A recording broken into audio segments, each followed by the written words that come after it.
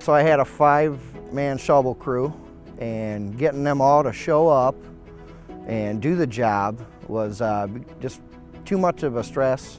So that's why we decided to get Snow Rhino, and now we're down to one guy, and he handles it all, and he loves using it. So we like the Rhino because it'll go anywhere.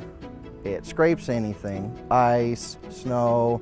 You don't have to worry about the wet snow getting clogged in the blowers. Yeah, we've scraped 2-3 inches of ice, and it just comes right up. It scrapes, you wouldn't believe how good it scrapes. Nothing scrapes like it. Nothing I've ever used before. A big thing with the Rhino was the price point.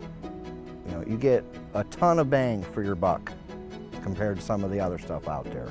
And I think it does a better job. It's more comfortable, and it's easy to work on. I would say anybody that has a lot of mall space or storefronts, I'd consider the Rhino. One, you can get all the sidewalks cleared, and then where you have a lot of parking lot to curb, you can push away from the curb and get all the snow out of the area.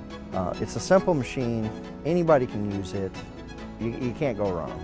I think the Orec will exceed all your expectations.